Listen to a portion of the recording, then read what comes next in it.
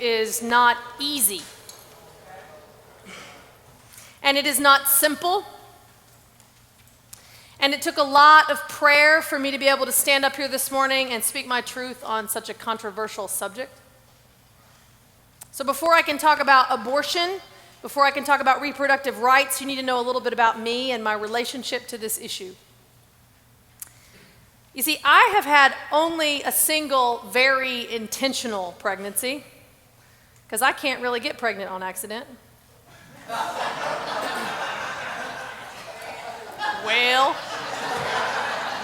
Well, there's that. And I've never had an abortion. However, according to the Guttmacher Institute, 1 in 3 women will have had an abortion by the age of 45. 1 in 3 women, and I am not yet 45. Not 1 in 3 non-church-going women, not 1 in 3 atheist women, not 1 in 3 uneducated women, 1 in 3 women, in spite of their educational background or their ethnicity or their immigration status or their financial situation, 1 in 3 women. And I have walked with many of you who have also walked with some of those women at the clinic here in town, because the majority of those volunteers come from All Souls. Some of you in the line told me about your experiences from the last service, some of the folks who came through, and one particular volunteer said that she volunteered when she was 7 months pregnant, which I just thought was insanely powerful. But I want to tell you about some of the women that I met there at the clinic. And I have blended some stories so that I will not be revealing any one particular identity, but I believe it's important for you to know some of the faces of these Oklahoma women who are not monsters, who are not using abortion as birth control. They are women in difficult situations, difficult circumstances, who are praying to God to make the right decision for them, praying to God that they will make the right decision for their family and for that potential life. Now, 6 years ago, when I first volunteered for Peaceful Presence, I was new here at All Souls, and I met Mary. Peaceful Presence is a group of men and women who organize to escort the women who come to the clinic from their cars to the front door and to help them check in. Now, these volunteers are part of the Oklahoma Religious Coalition for Reproductive Choice, the group that Kelly spoke of, an organization that began in this church and about which you heard the current chair, Kelly Jennings, speak earlier. Now, there's also an essay, for those of you who are curious, written by Carol Joyce, who's a member of our church, on the role of our church in the history of reproductive rights, in a book by her husband, also a member, that you can find in Oklahoma I'd Never Seen Before, Alternative Views of Oklahoma History. I know that they're ordering some more copies for the book table. So I was a new minister in town, and I was drawn to volunteer for Peaceful Presence through a conversation with another member of our church, Sue Ames. Now, Sue couldn't be here today, but I want you to know that Sue Ames has tirelessly carried out the work of taking on the fight for reproductive rights in Tulsa for over 30 years. Yes, she has. She has worked at the clinic and recently retired from that position this year, although she continues to do work for OKRCRC. It was Sue's calm clarity of the importance of this work that moved me to stand with the women who were going to the clinic, regardless of my own struggle and personal opinion about abortion. It was Sue who made it very clear to me that these women needed a voice. So let me take you back to Mary, that woman that I met at Reproductive Services. It was a Friday morning, and I was volunteering to check women into the clinic. I was dressed in normal clothes, so no one would have guessed that I was a minister unless I'd had an extended conversation with them. They usually think I'm a social worker or a teacher or something. And frankly, I wasn't planning on telling anyone, simply because at the time, I was afraid that it would make them uncomfortable because of who they thought I represented. Now, Mary was in her late 30s. She had long, straight, blonde hair and was dressed in a long denim skirt and an oversized sweater.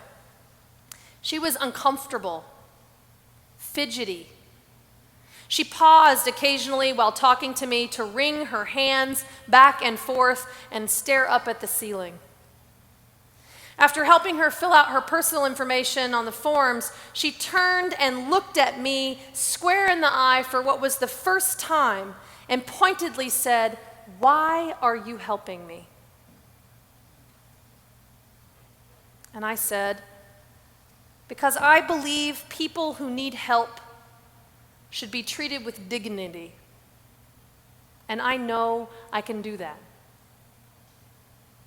She then told me that her husband didn't know that she was at the clinic, and that she had 5 other children who were with her sister that morning and who believed that she was at a doctor's appointment of another sort. She felt she was all alone and she couldn't tell anyone. She said that she'd been married for 6 years and had 5 children in those 6 years. She said she couldn't do it again. They were struggling to support the family as it was. She wasn't able to work because she had to care for those kids. And her husband, just the week before, had been laid off. He was a shift worker, so none of them had any insurance, even before he was laid off. And she was afraid that they were going to lose their home. She told me that her husband didn't believe in birth control. He believed that pregnancy was God's will and should be left up to God. But each of her pregnancies had been more and more difficult for her. She was even bedridden for the last 4 months with her youngest, and it took a toll on her other children and her relationship with her sister. Now this time, as soon as she stopped breastfeeding, she secretly went to Planned Parenthood and got on the pill. She was afraid if her husband found out about the contraception, he would leave her. And even though he had never physically hit her, she was frightened that if he found out, he might hurt her or her children. So she couldn't imagine him learning about the pregnancy or the abortion. She came to the clinic as soon as she knew she was pregnant. She didn't know what else to do. But what she did know was that she couldn't have another child. She knew a pregnancy would seriously harm her physically and leave her temporarily, if not permanently, incapable of caring for her other children. She knew that they couldn't afford another pregnancy, another birth, or another child. And she believed that God didn't want her to be trapped like this. Now, I believe that it is no coincidence that another statistic of secrets that I have preached from this very pulpit happens to be 1 in 3 women. In my sermon, "Why Have You Forsaken Me?" I spoke very specifically about another issue among women that we don't like to discuss, and that is that 1 in 3 American women between the ages of 18 and 65 has experienced domestic violence, in spite of their educational background, or ethnicity, or immigration status, or financial situation. 1 in 3. When I told Mary at the end of our conversation that I was a minister, she immediately began to weep. She said God must have brought me there that day to let her know that it was going to be okay. And she asked me if she was going to hell.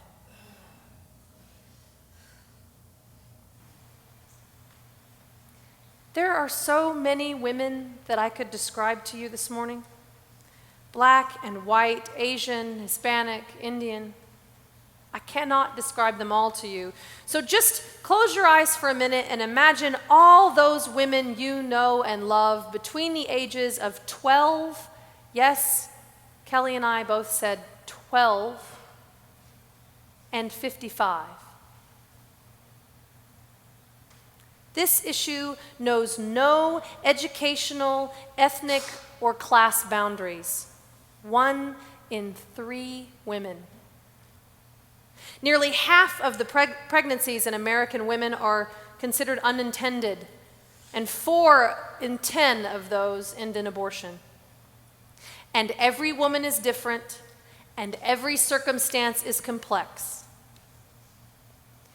My colleague, Reverend Erica Barone, wrote, "This issue is about real women with unexpected, unplanned, physically dangerous, or violently begun pregnancies. trying to make decisions about how to move forward. It is about real partners and real families of these women trying to support them and trying to deal with their own complicated emotions. It's about real women who may feel coerced into having abortions by parents or economic circumstances. It's about real women who may be prevented from having an abortion by parents or partners or economic circumstances. For some, this decision will haunt them for the rest of their lives. I have worked with women who mark the would-have-been birthday and reflect yearly on the child that could have been regularly. And I know other women whose decision was so clear to them that they were able to make this decision so early that they do not find it necessary or even appropriate to conceive of a child's life having been lost. Because it is so controversial, because it is so shamed in our culture, we don't talk about it. And the way to fight shame, I believe, is head on. The way to fight shame is to find a way to talk about it. So if you've had an abortion, no matter how long ago, no matter whether you are someone who was clear or conflicted in your choice, if you haven't told anyone, I ask that you find a confidant and come out about it. No one would guess 1 in 3 women.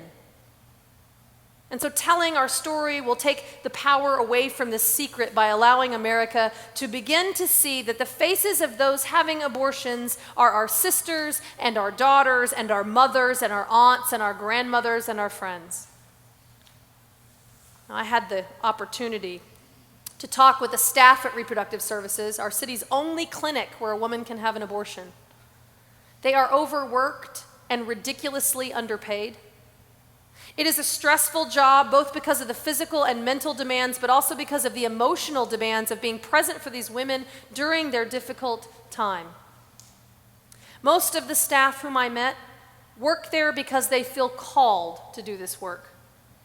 One staff person who opened up to me said that she'd been a client some 10 years before, and that the women she came to seek services on the staff treated her with such dignity and such respect during what was one of the most difficult decisions in her life.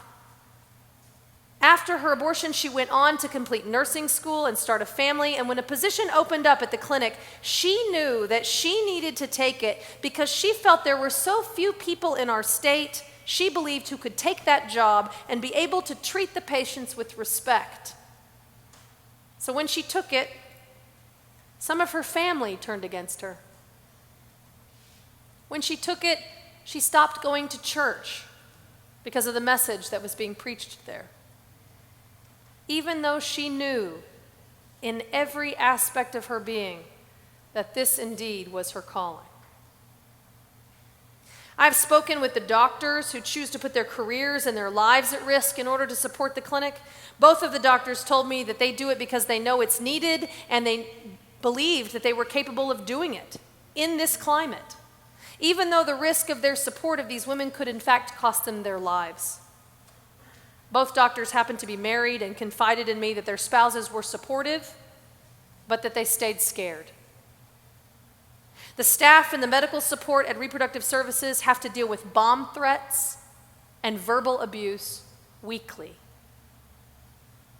I went with many of you, actually, to a memorial service in our community for the doctor in Kansas City, Dr. George Tiller, who was killed just 3 years ago this spring, while in his own church, serving as an usher during a Sunday morning service. He was shot, murdered by a man who believed that Dr. Tiller was murdering children and not saving lives. As Reverend Dr. Ragsdale said, our faith cannot answer the question of when a fetus becomes a person. We also know that the whole question of fetal personhood is a disingenuous and often malicious attempt to distract us from the real issue, which is that women also are people. She's a person endowed by God, the U.S. Constitution, and common sense and decency, with rights and responsibilities that she must exercise to the best of her ability using her own best judgment. And I will not stand quietly and watch while religious people oversimplify this issue. I will not stand quietly while the loudest religious voice in our country claims to know whose side God is on. I will not stand quietly by. And so this year, when Oklahoma landed on Jon Stewart yet again for our embarrassing politics, this time over the personhood bill, I chose to volunteer at Peaceful Presence again. Now let me just pause here to say, because I believe it's important, that Senator Crane, who authored the personhood bill in Oklahoma, has a Republican challenger this election. So if you are so registered, you might pay attention to that election. And whoever wins that primary will in fact be running against Julie Hall, who happens to be a member of our church. So this will be an interesting race, an interesting time here in Oklahoma. This congregation is out to make a difference. And in my 6 years here at All Souls, it has made a difference in me as a minister, and for the better, I do believe. So this year, when I stepped up to stand with Peaceful Presence, I chose to wear a clerical collar. Now let me paint you a picture of what you might see if you were to volunteer, and should you choose to do so, and I hope you will. Kelly and OKRCRC have a table in Emerson Hall, and they'd love to talk to you about it. But when you turn down the street of the clinic off the main road, it's actually difficult to see the driveway entrance to the clinic because the protesters are actually stationed on both sides of the street. A Catholic group has purchased the land directly across the street from the clinic, and they use that space to put enormous signs on advocating their position. There are 4-foot-tall signs with graphic images, and usually a row of young people praying their rosary. Rumor has it that students from a local Catholic school actually receive extra credit for showing up, and they do all seem to file out just in time to make it to first class. This particularly infuriated me. The protesters and their placards and signs are allowed to be on the same side of the street as the clinic because there is a sidewalk there. So when I showed up, I thought, my tax dollars are paying for you to stand on that sidewalk, and I don't care for that. Went directly to the police officer who's parked in the parking lot, and he told me that they actually do have a right to be on that public sidewalk. So that police officer in the parking lot is actually to provide safety for the clinic and the patients, but I have to say it ramps up the feeling when you pull in. So the patients have to drive between protesters trying to locate the entrance, between signs, while the protesters are shouting at all the cars coming in. They are effective at frightening the women, but they are not effective in changing their minds. And so I question the purpose. So anyway, when you arrive and you're pointed by a Peaceful Presence volunteer wearing a purple or orange vest and likely a member of our church, as a volunteer, you would park your car, sign in at the office, receive a vest, and then stand in the parking lot pointing cars where to park and greeting the women as they get out of their cars, then walking with them to the front door, offering them just a kind, compassionate face as the protesters continue to shout at them until they get inside. When I arrived to volunteer about 4 months ago, I was in my clerical collar this time. I was clear that I was coming to be a religious representation to the clinic side of the street. The volunteers of OKRCRC do not actively promote any church or religion, nor do I think they should, but I can. And so when I got out of the car that Friday, it was like I'd poked a bee's nest. I stood near the driveway entrance where the protesters had placed a CD player bearing Christian music, which I happened to know. And so I stood near it and sang quietly while they continued to shout.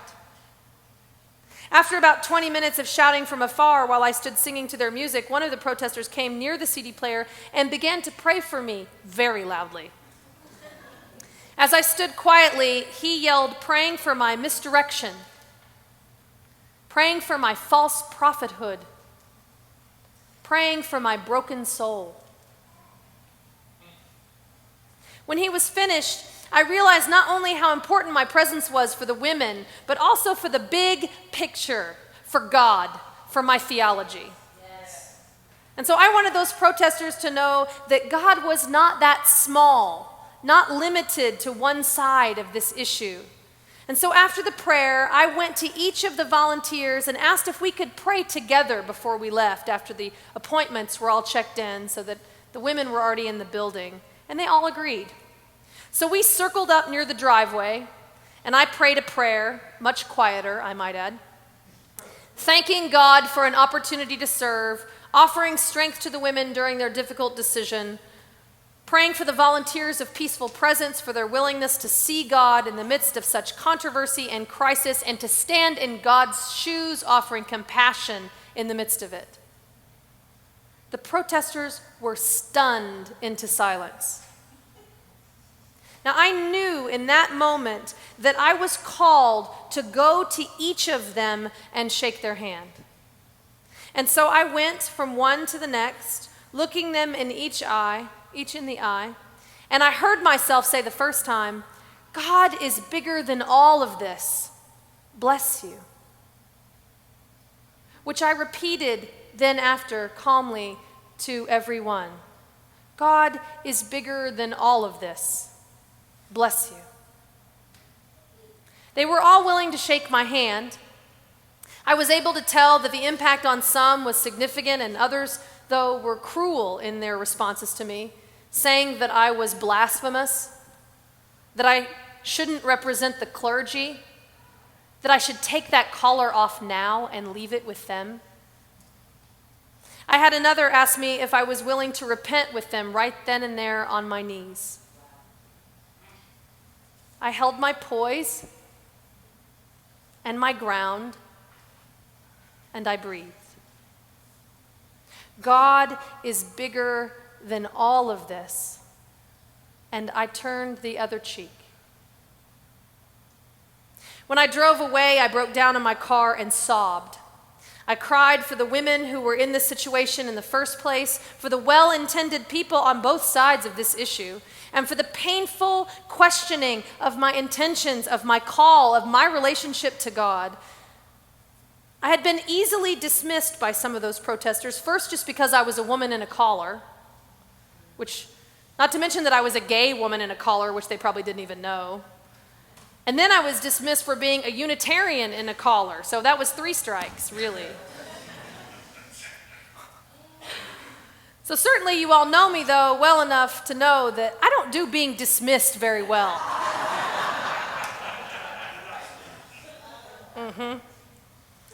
And I knew, though, that I had made a difference that day. I felt it more strongly than I often do, even in my daily work, and I knew I needed to speak about this particular issue.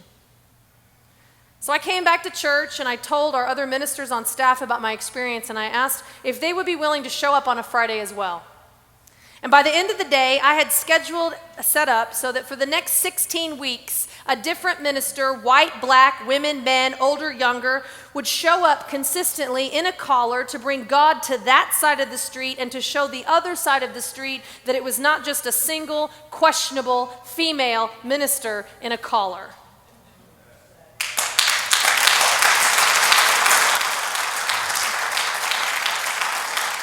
They are on a rotation, and I will keep it going as long as I have clergy to help.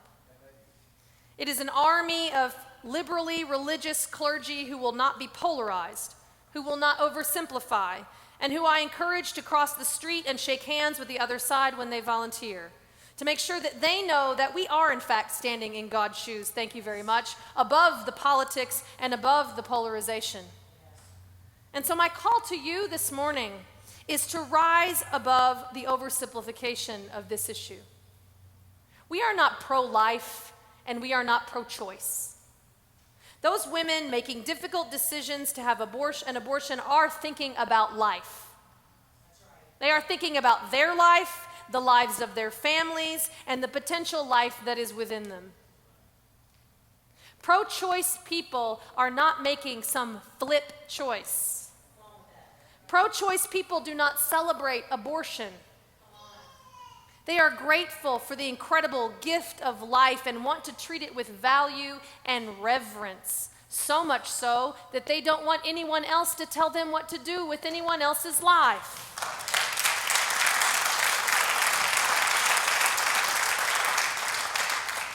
Pro-choice is not some haphazard choice, it is a complex decision. And even though I hope I will never have to have an abortion, I can imagine circumstances that might cause me to have to make that decision. And even though I do not ever want my daughter Beckett to have an abortion, I can imagine circumstances where that may in fact be the most painful but maybe the best decision that she could possibly make. And it seems to me that if we want the least amount of abortions possible, which I in fact do, then we all, pro-choice and pro-life, Democrat and Republican, need to be working to legalize abortion, because statistics show that in countries where abortion is banned, the number of abortions actually increases. And it just so happens that in most countries where abortion is illegal, there is also a ban on contraception.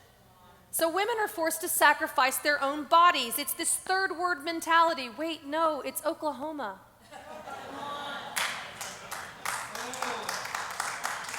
And so we live in a state that Jon Stewart makes fun of. And we live in a state where sexual education focuses on just saying no. When no is not enough. And at the least, if you really want to lower the rates of abortion, it seems that we might want to make contraception more available, that we might be able to fund it, that we might talk about it, that we might teach our children about it.